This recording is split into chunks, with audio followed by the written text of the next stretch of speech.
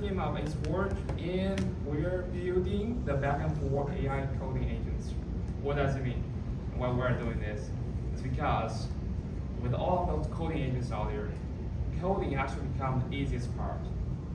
But like you can have like your prototype running locally on a laptop within a couple hours. You want to make it production ready. You want to launch it. It can take a week or so because you have to add things like LLM API keys, authentication, database, storage, payment integration, custom domain, and deployment yourself.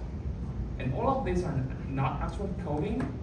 Those are things you have to do in your web browser, switching between different tabs, clicking on things manually, configure things manually. And your agents cannot help you with this. Let's say you want to build Google authentication for your application. You talk to Cursor. Hey, Cursor, help me to build Google authentication. And Cursor will say something like, sure, go to this URL, Google Console, click on this, click on that, configure this, configure that, copy, paste that credential to me, so I can take it from there. It's so complicated. Why can't you just do it for me? It is because all of this backend of DevOps platform services we're using here, they were built for human developers. They were not built for AI agents. That is why we're building Insforge. So Insforge will handle everything you need to make your AI agents become a full-stack application developer.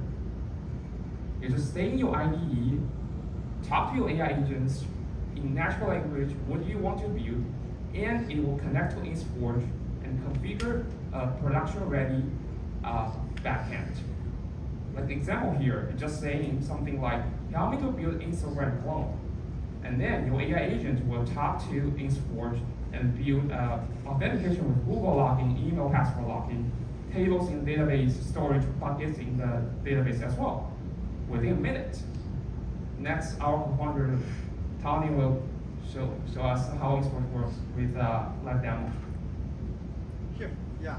We're gonna do a Insforge live demo. Right. That's the power of team up too. Yeah, so in our dashboard, we see that we have an empty project with, let's say, authentication, database, storage, but we don't have any data yet. Let's use getting started and use this simple add to cursor button so we can also install MCP to connect to our AI agent. And then let's start to build something, let's say Instagram clone as an example that's been demonstrated. And just a simple prompt. Let's see.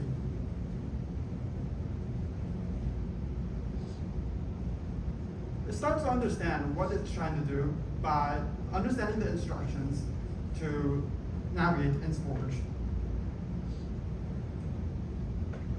And then it found the relevant current backend structure, getting the API key, and now planning out the requirements of the product.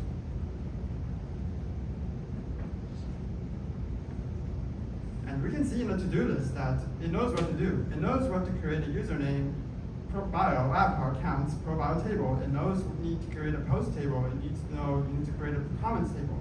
So all these are determined by AI instead of ourselves, so that AI breaks down the requirements and we send out the request to configure our Insforge backend. That is what we call from prompt to production. Yeah, we see it starts to create a lot of tables and just give it maybe like 10 more seconds. It also starts to create S3 buckets as we need to store images or media files. And it sees we actually has been error creating something, but no worries, it diagnoses itself and fixes it.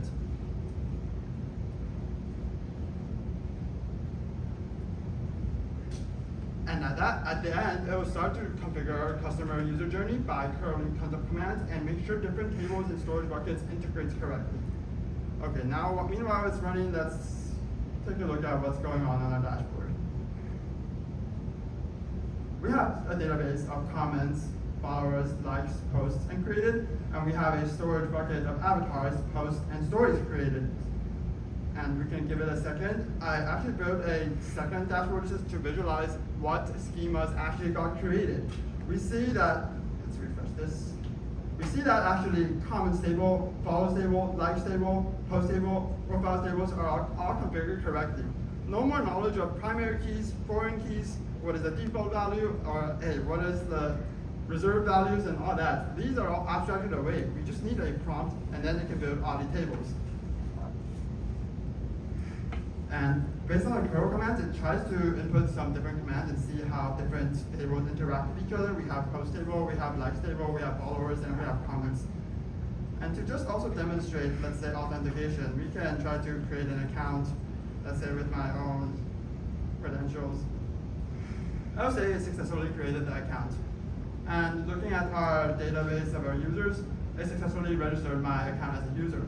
And if we want to sign in, we can also sign in if possible. Or I can enter a wrong password and they will say it's invalid credentials. And also to illustrate the storage bucket functionality, I can upload a sample picture.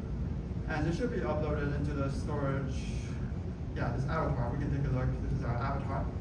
And so due to time limit, we're just demonstrating all the backend features. And you see with prompt, we can configure all your backend ready. Now we just need to hook it up with a simple front end using Lovable, Bolt, or any other just coding agent can help you do the front end. We've successfully configured the backend. Yeah. All right. We're actually launched our open source version yesterday, so please follow us on our GitHub and join our Discord community. Yeah. So our goal is to actually let everyone, and we mean everyone, to build with prompts, and not only to build, but also to scale the product to millions. And we're Insforge. Thank you.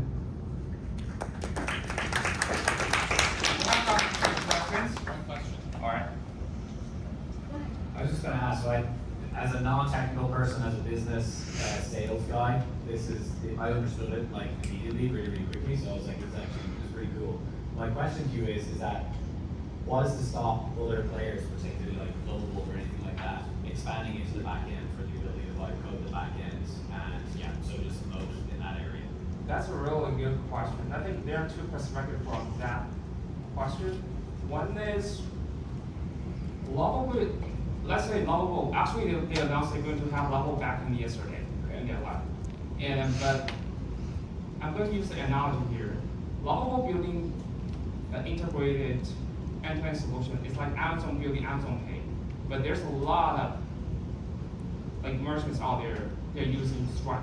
Yeah. So we're actually being the Stripe type of the service provider to help all of those merchants or individuals who want to build backend. The second perspective is we are purely focusing on backend, so we also care about performance when you scale up, including load balancers, VM, performance, etc. The Lovable probably is just focused on the development phase, not scaling phase. Yeah. We can talk to us later. Yeah, we're available. Yeah, talk to us. Thank you. Yep. Kevin.